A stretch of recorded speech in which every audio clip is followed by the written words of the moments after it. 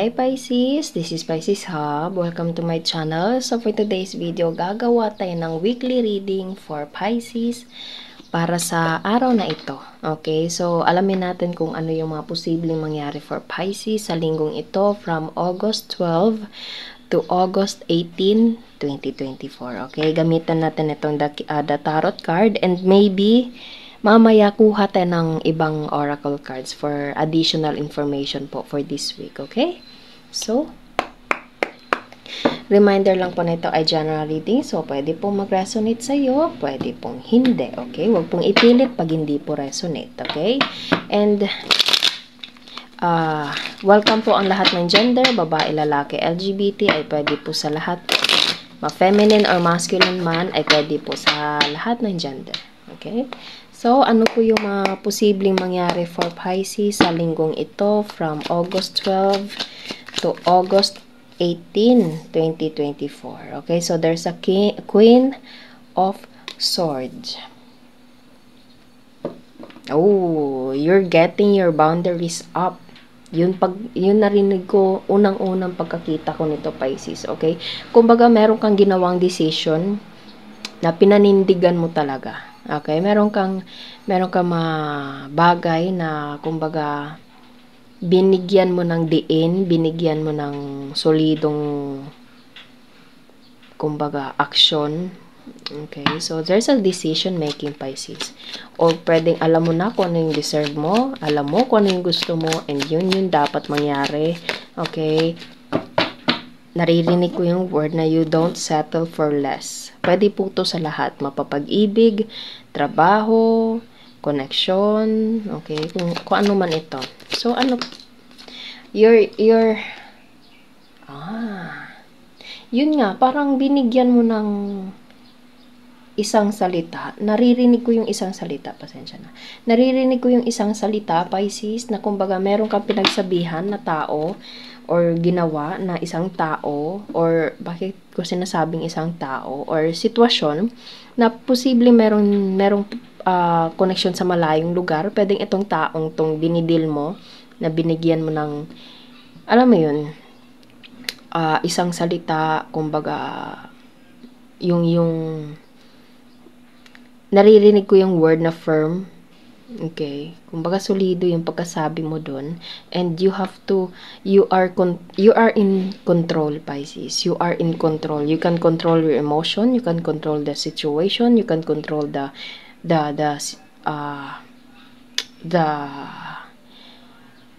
decision or whatever na merong connection sa malayong lugar. Okay, pwedeng itong taong to is more on stalking, na kumbaga pinagsabihan mo, and pasensya na naputol yung reading, naputol yung video, pero as I said kanina, Pisces, there is someone na pwedeng nangi-stalk sa'yo or you're stalking, okay? Basta merong tao na nakatingin sa'yo mula sa malayo and parang pinagsabihan mo, okay? Or binigyan mo ng solidong action, decision, and pwedeng meron kang nalaman, pwedeng meron kang, alam mo yun, parang kinontrol.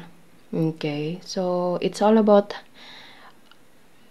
other people na posibleng nangi-stalk sa'yo or posibleng ikaw yung nangi-stalk, and parang you control the situation. Okay, binigyan mo ng decision, solidong salita. Okay, so ano po ito? Sino po ito? Pwede nyo i-dealing with the Leo, Air, Sun, Gemini, Libra, Aquarius. And Virgo, the Hermit. Oh. Sige pa. Ano po ito? This person feels so alone without you, Pisces. Okay, nakikita na, posibleng itong taong to is parang hindi mo kinakausap.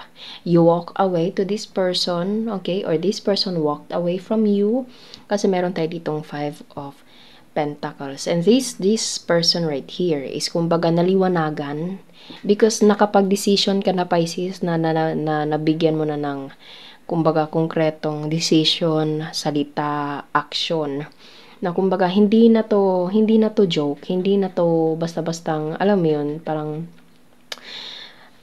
it's like parang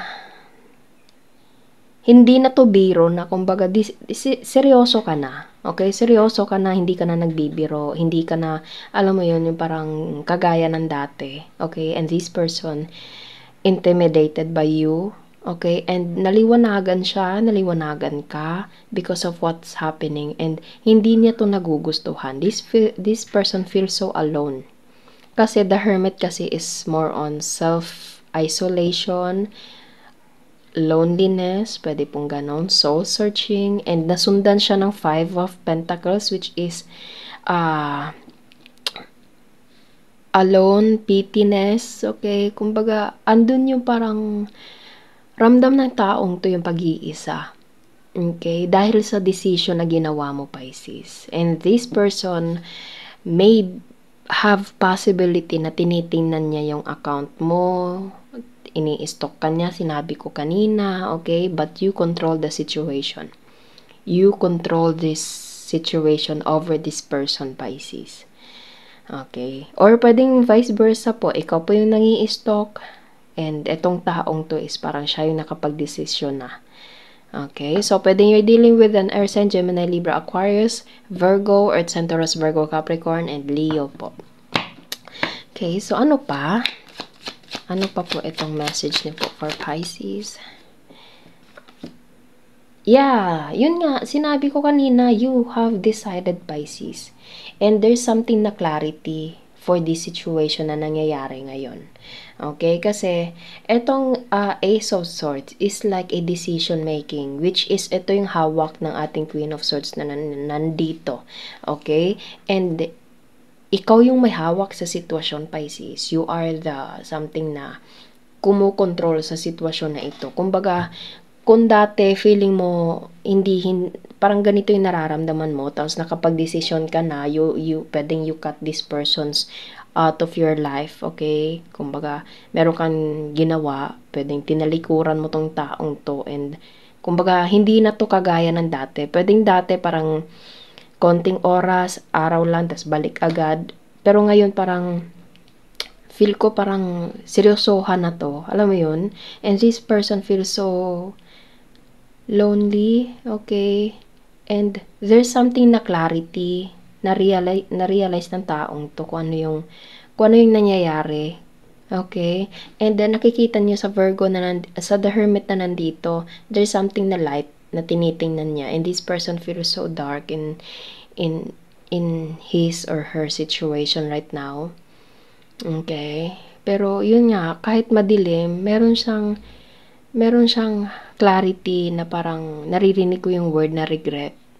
Okay, there's something na naiintindihan kanya, Pisces, pero yun nga, hindi niya maiwasang, alam mo yun, masaktan because of what's happening. Okay, maybe because of your decision na ginawa mo, Pisces, yung action na ginawa mo dito. Okay, bottom of the deck, you are winning. Yun, sinabi ko kanina, Pisces, you are in control of this situation. Feeling mo, kumbaga, naririnig ko yung word na you let go. You let go to this person, and parang pinagsabihan mo siya, pinagsabihan ka niya. Pwede pong vice versa po, okay? And this person or you is looking at you, pwedeng social media, photos, okay? Na naririnig ko yung word na missing, namimiss ka ng taong to. There's something na regret. He feels so lonely, okay? She feels so lonely, pero at the same time, naiintindihan ka niya. Ayun, yun yung ano ko dito. And you are in control in this situation. Especially, meron tayo ditong the strength. Together with this, 6 of wands. Okay? And, nafe-feel ko na, kumbaga, natatakot itong taong to na baka tuloy-tuloy mo na itong gagawin because alam niya na maraming taong nakatingin sa'yo. Marami kang posibleng, alam mo yun, maipalit sa kanya, okay? Kumbaga, andun yung parang panghihinayang. Ayun, naririnig ko yung word of panghihinayang. Okay, so, this person feels so lonely without you, Pisces. Okay? And again, pwede pong vice versa. Pwede pong ikaw yung ganito and you're dealing with someone na ganito. Okay? So, sige, kuha tayo ng The Keeper, the Fortune Telling card. Ano pa? And there's something na clarity. Yun nga, parang he understands where you're coming from, Pisces. Naiintindihan niya. Okay? So, ano pa po ang message niyo po for Pisces regarding with this week? August 12 to August 18, 2024. Sino itong dinidin ni Pisces na nakakaramdam ng pagsisisi? Ano yung mga posibleng mangyari? Pwede you're dealing with an official person. Pwede nga itong taong to is merong maayos na sitwasyon sa buhay. Pwedeng lalo na sa trabaho kasi official siya. Okay? Or pwedeng nasa public eye. Okay? Or pwedeng government or mataas yung antas sa trabaho. Okay? And kumbaga kagalang-galang siya. Lalo na sa larangan ng career niya. Okay? Pero ikaw yung nakakapagparamdam sa tao ng ganito.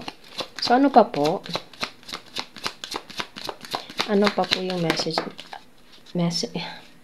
Marriage. This person sees you as his twin flame soulmate, Pisces. And meron siyang gustong gawin na gusto niyang ikasal kayo. Gusto niya ng long-term commitment. Okay, so yun. Yun nga, parang there's something na realization, clarity na pwedeng nakita niya yung totoong value mo sa panahong wala ka na sa buhay niya, Pisces. Kumbaga, andun niya yung clarity na panghihinayang, ayun. And dun niya naramdaman na ikaw pala dapat, ikaw yung gusto niya. Ikaw. Okay? So, ano pa yung message niyo po for Pisces regarding with this person na dinidil niya po? Mga mensahe, gabay, posibleng mangyari. Gift. This person will try to reach out, Pisces, will give or something na parang babawi sa'yo by giving a gift or pwedeng proposal, pwedeng gusto kanyang pakasalan, okay? Yeah. Ayan o, poverty. Almost dito, ayan, 5 of Pentacles and poverty, Pisces. This person feels so lonely without you. Okay, kumbaga babawi siya. There's something na rushing in. Naririnig ko yung word na mabilisang aksyon. Kasi nare-realize ng taong to na hindi na to basta-basta. Hindi na to kagaya ng dati na parang aalis tapos pabalik din. Pero ito parang seryosohan na to. Alam mo yun? And yun yung parang natatakot. There's something na takot. There's something na panghihinayang. And this person will try to reach out or ikaw, Pisces. Yun nga, there's something na mabilisan na pangyayari. This person will try to go towards you, to make so much effort for you. Kumbaga, hihilahin ka niya pabalik sa kanya. Ganun yung nararamdaman ko dito. Okay, bottom of the deck is main male. You're dealing with this person or ikaw to, Pisces. Okay, take nyo lang kung saan mag-resonate. So, this person will rush in to get you back. Okay, kasi nafe-feel niya na parang unti-unti ka nang lumalayo, hindi ka na nakakonect sa kanya.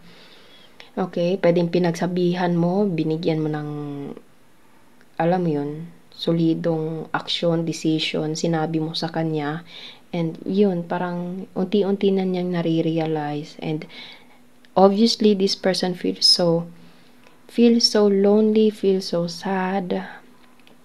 Okay, and hindi niya maiiwasang i-stalk kanya, tingnan kanya sa social media, tingnan kanya sa lahat ng bagay, tingnan kanya sa kung saan man, Pisces. And pwedeng yung pag-i-stalk na yon is yun yung sasabihin niya sa'yo by giving this gift. Kasi ito yung nararamdaman niya towards you.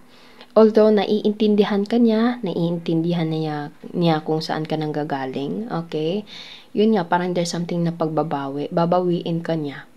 Okay? So, kuha tayo ng ano pa ba? Hahanapin ko yung ano. Ayun. The Mystic Red Rose Oracle cards. Okay? So, ano yung mga posibleng mangyari? Ano yung mga bagay na after this situation, after this reaching out, okay, ano yung mga posibleng mangyari. Saglit, ayusin muna natin, Pisces. Yan. So, ano pa po yung message niya po for Pisces regarding with this person na dinidil niya? Obviously, this person is coming from your past, Pisces. And, seryosohan na to. Hindi na to basta-basta. Kung kaya nilang nabawiin ka, gagawin niya talaga, Pisces. And, there's, the dragonfly, light-hearted and adapt, finding out and change. Ayan, no, change, Pisces. And then brings things coming to light and heal. Yun, there's something na change na pangyayari. There's something na transformation. There's something na there's acceptance and at the same time changing. Okay, so ayan. Ito yung nararamdaman niya ngayon, Pisces. Mirroring each other, self-reflection, introspection, inner wounds. Yun, nasasaktan siya ngayon. This person feels so, pwedeng nagtatabaho siya, Pisces, pero ito yung totoong nararamdaman niya sa loob-loob niya. Okay? Or pwedeng ikaw yung ganito, okay? Pwede pong vice versa yung energy. Okay? So, ano pa po?